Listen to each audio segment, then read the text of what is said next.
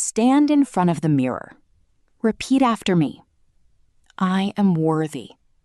I am abundant. I am magnetic to wealth.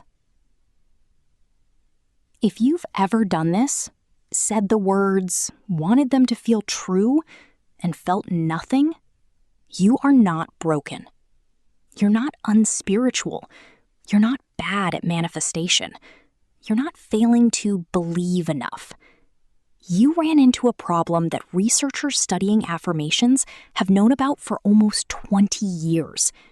A problem so consistent that the studies have a name for it: the backfire effect. For some people, actually for most people in the original studies, affirmations don't just fail to help, they actively make things worse. In the next 12 minutes, I want to explain why, and more importantly, what to do instead. A note before we begin. This video is for educational and reflective purposes only. It is not medical or psychological advice. Individual experiences vary. Quick framing before we dig in. I'm not here to tell you affirmations are useless. For some people, in some situations, they help. The research is clearer than the spiritual world makes it sound. What I am here to tell you is that the way affirmations are taught, repeat the words, believe them, feel them, expect them to work, is leaving most people worse off than when they started. And there's a specific reason for that, rooted in how the mind actually processes statements about the self. Once you see it, you can't unsee it. And once you understand it, there's something you can do instead that actually does work, backed by the same research that exposed the affirmation problem in the first place. Let's start with the study that broke this open. In 2009, a psychologist named Joanne Wood at the University of Waterloo published a study with a simple design. She took a group of people and measured their baseline self-esteem. Then she split them into two groups. The first group was asked to repeat a single positive affirmation to themselves: I am a lovable person, for several minutes. The second group was given no instruction. They just sat quietly. Then Wood measured their mood and self-perception again, comparing them before and after. The results were not what the self-help industry expected. For people who already had high self-esteem, the affirmation worked. They felt slightly better than the control group. But for people with low self-esteem, the exact group that affirmations are supposedly designed to help, the affirmation made them feel worse, measurably worse, not slightly worse, significantly worse. The very people who needed it the most were the ones it harmed. This wasn't a small effect. It wasn't a fluke. It's been replicated multiple times in the years since. The pattern holds. And the reason it holds, once you understand the mechanism, is almost obvious in retrospect. But almost nobody who teaches affirmations explains it. Here's what's actually happening. When you say a statement about yourself, I am worthy of love, your brain does something automatic that almost nobody notices. It runs a check. It compares the statement to the existing self-concept already stored in your mind, the deep, mostly subconscious sense of who you actually believe yourself to be. If the statement matches what you already believe at the identity level, the brain accepts it. You feel slightly reinforced. The affirmation works. If the statement contradicts what you already believe at the identity level, and this is where the trap is, your brain doesn't just neutrally reject it. It actively generates counter-evidence to defend the existing belief. Researchers call this resistance. Your subconscious treats the affirmation the way an immune system treats a foreign body. It mobilizes everything it has to push back. So you say, I am abundant, and your subconscious, instantly and without your permission, generates, no, I'm not. Look at my bank account. Look at last month. Look at every financial decision I've ever made. aren't aware you generated those thoughts. They happen below the threshold of conscious attention.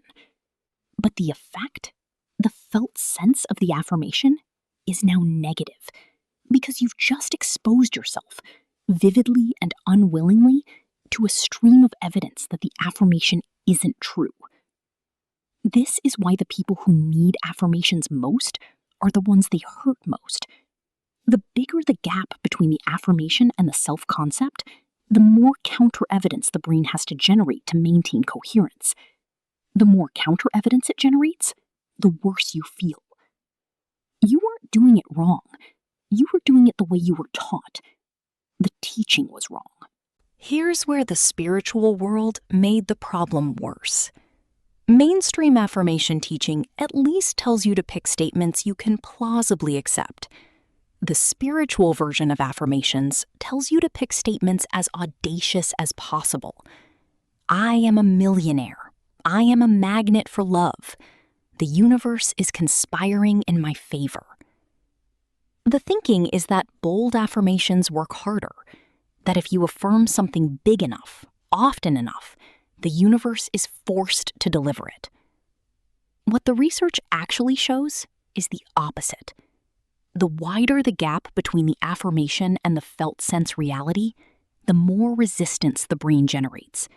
Which means the bolder the affirmation, the more counter-evidence your subconscious will produce to defend against it.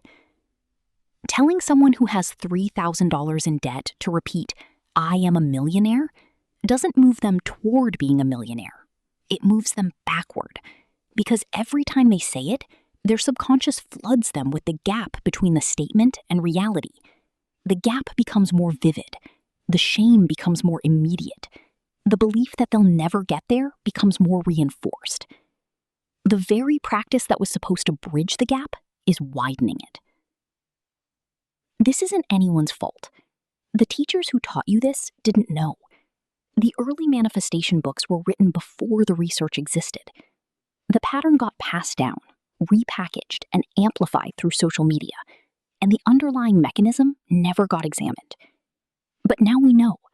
And once you know, there's something you can do instead, something the same research points directly to.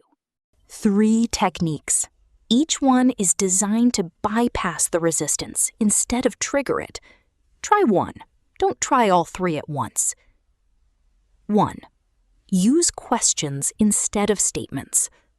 The technique is called Affirmations, with an O, coined by a researcher named Noah St. John, who noticed exactly what we just covered and builds around it. Instead of saying, I am abundant, you ask, why am I becoming more abundant every day? Notice what just happened in your mind. The statement provokes resistance. The question provokes search. Your brain, which is wired to answer questions, quietly begins scanning for evidence the question is true, rather than generating evidence the statement is false. The mechanism is gentler. The filter we talked about in earlier videos shifts in your favor without setting off the immune response. Try one question, once a day, written, not spoken. Why is it getting easier for me to do the hard things? Why is the right work starting to find me? 2. Use directional statements instead of arrival statements. If you do want to use statements, change the tense. Not, I am wealthy. Try, I am becoming someone who handles money with calm. Not, I am magnetic to love. Try, I am learning what it feels like to be chosen. The arrival version triggers the gap response. The directional version describes a process the subconscious can accept because becoming something is observably true the moment you start moving toward it. This is the small shift that almost nobody teaches, and it changes everything about how affirmation-style work actually lands. 3. Use evidence statements. The strongest version of this is to make statements that are already, observably, just barely true. Not, I am abundant. Try, I am someone who pays attention to my finances, if that's true. Not, I am a magnet for love. Try, I am someone who is learning to receive, if you're doing the work.